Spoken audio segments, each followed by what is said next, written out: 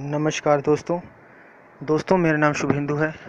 दोस्तों आज मैं आपके सामने जो वीडियो लेकर आया हूँ उसमें मैं आपको भगवान विष्णु के वाराह अवतार के बारे में बताऊंगा। सो दोस्तों अगर आप पहली बार मेरा ये वीडियो देख रहे हैं तो प्लीज़ इसे सब्सक्राइब कीजिएगा, और अगर आपने सब्सक्राइब कर दिया है तो उसके लिए आपका बहुत बहुत धन्यवाद।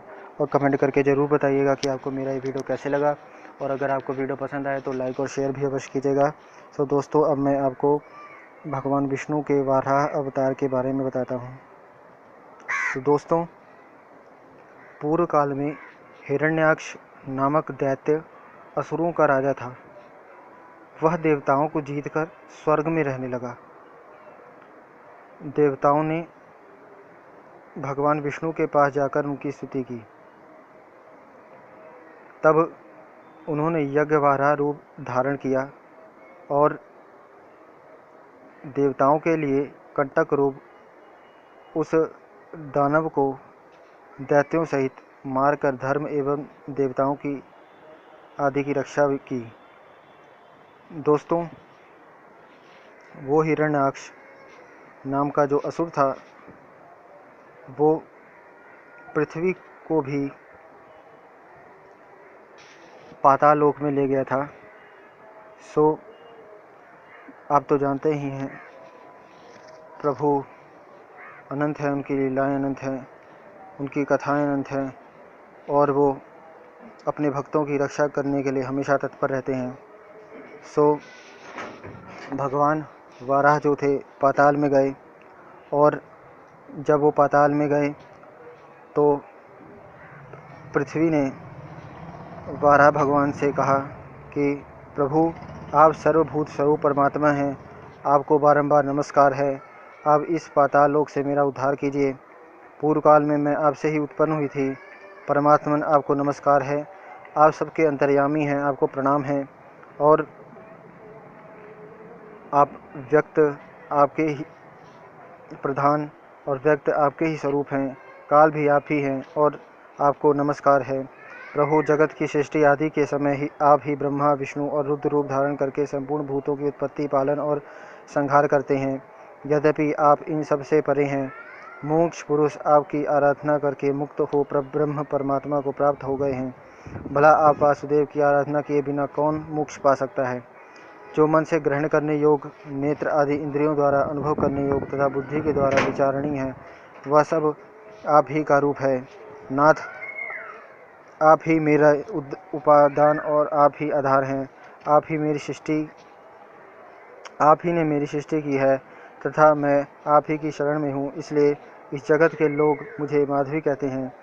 पृथ्वी ने जब इस प्रकार स्तुति की तब उन परम कांतिमान भगवान धरणीधर ने घर घर स्वर में गर्जना की।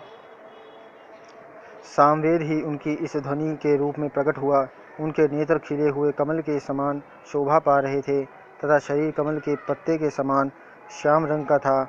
उन महावराह रूपधारी भगवान ने पृथ्वी को अपने दाढ़ों पर उठा लिया और रसातल से वे ऊपर की ओर उठे। उस समय उनके मुख से निकली हुई सांस के आघात से उछले हुए उस प्रलय कालीन जनलोक में रहने वाले सनंदन आदि मुनियों को भिगोकर निष्पाप कर दिया। भगवान महावराह का उदर जल से भीगा हुआ था। जिस समय वे अपने वेदमय शरीर को कंपाते हुए पृथ्वी को लेकर उठने लगे, उस समय आकाश में स्थित महर्षिगण उनकी स्तुति करने लगे। ऋषियों ने कहा, जनेश्वरों के भी परमेश्वर केशव आप सबके प्रभु हैं। गदा शंख उत्तम खंग और चक्र धारण करने वाले हैं। सृष्टि पालन और संहार के कारण तथा ईश्वर भी आप ही हैं। जिसे परम पद कहते हैं वह भी आपसे भिन्न नहीं है। प्रभु आपका प्रभाव अतुलनीय है। पृथ्वी और आकाश के बीच जितना अंतर है वह सब आपकी ही शरीर से व्याप्त है। इतना ही नहीं, यह संपूर्ण जगत भी आपसे व्याप्त है। भगवान आप ही इस विश्व का हित साधन कीजिए। जगदीश्वर एकमात्र आप ही परमात्मा है, आपके सिवा दूसरा कोई नहीं है। आपकी ही महिमा है जिससे यह सचराचर जगत व्याप्त हो रहा है। ये सारा जगत ज्ञान स्वरूप है, तो भी अज्ञानी मनुष्य इसे पदार्थ रूप देखते हैं, इसलिए उन्हें संसार समुद्र में भटकना पड़ता है। परंतु परमेश्वर, जो लोग विज्ञान वेत्ता हैं, जिनका अंतःकरण शुद्ध है, वे समस्त संसार को ज्ञान में ही देखते हैं, आपका स्वरूप ही समझते हैं। सर्वभूत स्वरूप परमात्मा, आप प्रसन्न होइए, आपका स्वरूप अप्रमेय है। प्रभु भगवान, आप सबके उद्भव के लिए इस पृथ्वी का उद्धार एवं संपूर्ण जगत का कल्याण कीजिए। तो दोस्तों, इस प्रकार सब ने भगवान की स्तुति की और भगवान ने इस प्रकार हिरण्याक्ष दैत्य को मारकर पृथ्वी का उद्धार किया और रसातल या फिर पाताल लोक से उस पृथ्वी को ले आए। सो इस प्रकार दोस्तों उन्होंने पृथ्वी का उद्धार किया और उस हिरण्याक्ष दैत्य के अत्याचारों से सबकी रक्षा की। सो उसके बाद भगवान वराह जो थे वो अंतर्ध्यान हो गए। सो दोस्तों, मुझे आशा है कि आपको भगवान वराह का ये परम पावन चरित्र पसंद आया होगा, अच्छा लगा होगा। सो दोस्तों, अब मुझे अंत में इजाज़त दीजिए दोस्तों।